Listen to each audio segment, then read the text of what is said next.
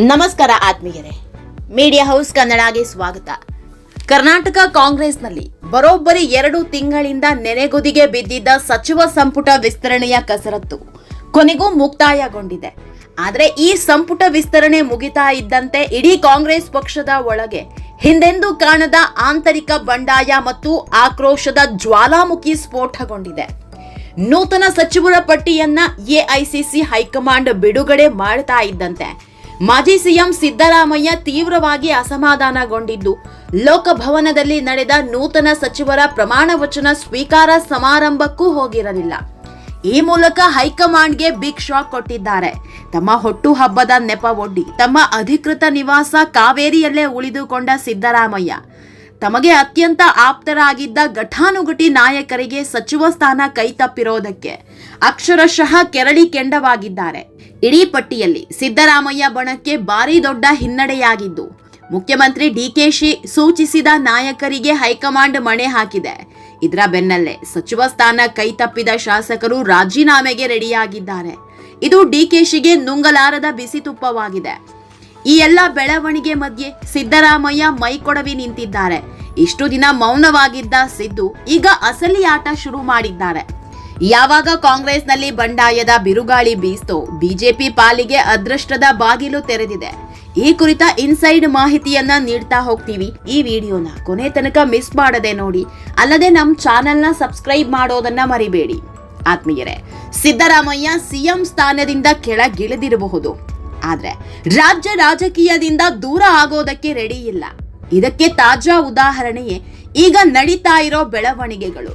ಕಳೆದ 3 ದಿನದಿಂದ ಸಿದ್ದರಾಮಯ್ಯ ಮನೆಯೇ ರಾಜ್ಯ ಕಾಂಗ್ರೆಸ್ನ ಕೇಂದ್ರ ಬಿಂದುವಾಗಿದೆ.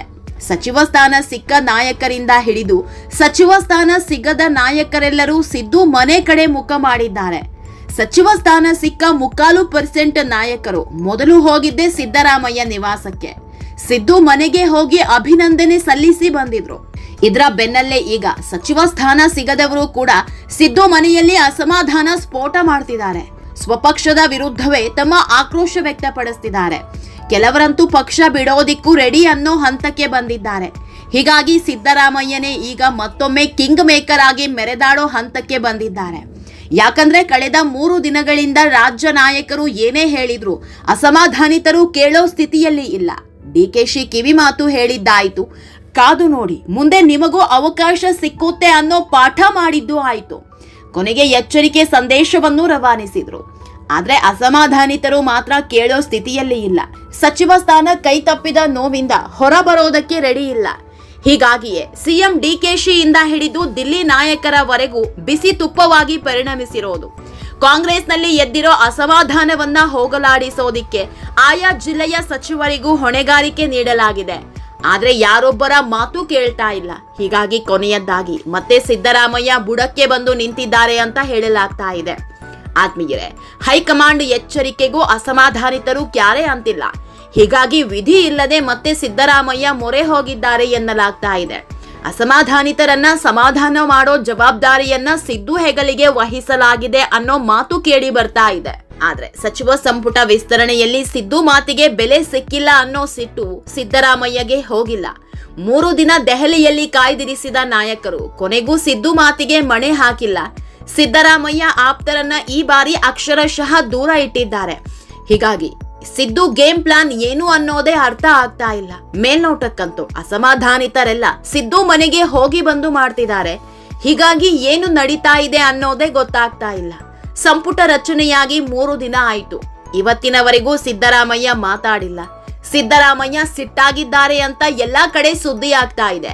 ಈ ಬಗ್ಗೆ ಕೂಡ ರಿಯಾಕ್ಟ್ ಮಾಡಿಲ್ಲ ಸಿದ್ದರಾಮಯ್ಯ. ಹೀಗಾಗಿ ಸಿದ್ದು ನಡೆ ಏನು ಅನ್ನೋದೇ ನಿಗೂಢ ಆಗಿದೆ. ಆತ್ಮೀಯರೇ, ಅದೇನೋ ಹೇಳ್ತಾರಲ್ಲ, ಇಬ್ಬರ ಜಗಳದಲ್ಲಿ 3ನೆಯವರಿಗೆ ಲಾಭ ಅಂತ. ಇಂಥದ್ದೇ ಪರಿಸ್ಥಿತಿ ಬಿಜೆಪಿ ಪಾಲಿಗೆ ಒಲಿದು ಬಂದಿದೆ.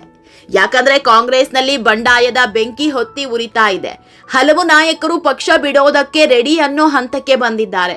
ಪಕ್ಷಕ್ಕಾಗಿ ದುಡಿದವರಿಗೆ ಇಲ್ಲಿ ಬೆಲೆ ಇಲ್ಲ ಅಂತ ಕೆರಳಿ ಕೆಂಡವಾಗಿದ್ದಾರೆ. ಹೀಗಾಗಿ ಇಂಥ ಸಮಯವನ್ನ ಬಿಜೆಪಿ ನಾಯಕರು ಅದ್ ಹೇಗೆ ಬಳಸಿಕೊಳ್ತಾರೆ ಅನ್ನೋದರ ಮೇಲೆ ನಿಂತಿದೆ. ಕಬ್ಬಿಣ ಕಾದಾಗಲೇ ಬಡಿಬೇಕು ಅಂತಾರೆ. ಹಾಗೆ ಸಿಟ್ಟು ಸ್ಫೋಟಗೊಂಡ ಹೊತ್ತಲ್ಲಿ ಆಪರೇಷನ್ ಕಮಲ ನಡೆದ್ರೂ ಅಚ್ಚರಿ ಇಲ್ಲ. ಮೂಲಗಳ ಮಾಹಿತಿ ಪ್ರಕಾರ ಕೆಲವೊಂದಿಷ್ಟು ಮಂದಿ ಬಿಜೆಪಿ ಸಖ್ಯದಲ್ಲಿದ್ದಾರೆ ಅಂತ ಹೇಳಲಾಗ್ತಾ ಇದೆ. ಹಾಗಂತ ಈಗಲೇ ತಮ್ಮ ಶಾಸಕ ಸ್ಥಾನಕ್ಕೆ ರಾಜೀನಾಮೆ ನೀಡಲ್ಲ. ಯಾಕಂದ್ರೆ ಈಗ ರಾಜೀನಾಮೆ ನೀಡಿದ್ರೆ ಮತ್ತೆ ಎಲೆಕ್ಷನ್ ಆಗುತ್ತೆ. ಆಗ ಗೆಲ್ತಾರೋ ಇಲ್ವೋ ಹೇಳೋದಿಕ್ಕಾಗಲ್ಲ. ಜೊತೆಗೆ ಇನ್ನೂ 1.5 ವರ್ಷ ಕಾಂಗ್ರೆಸ್ ಅಧಿಕಾರದಲ್ಲಿರುತ್ತೆ. ಹೀಗಾಗಿ ಗೆಲ್ಲೋದು ಅಷ್ಟು ಈಸಿ ಅಲ್ಲ.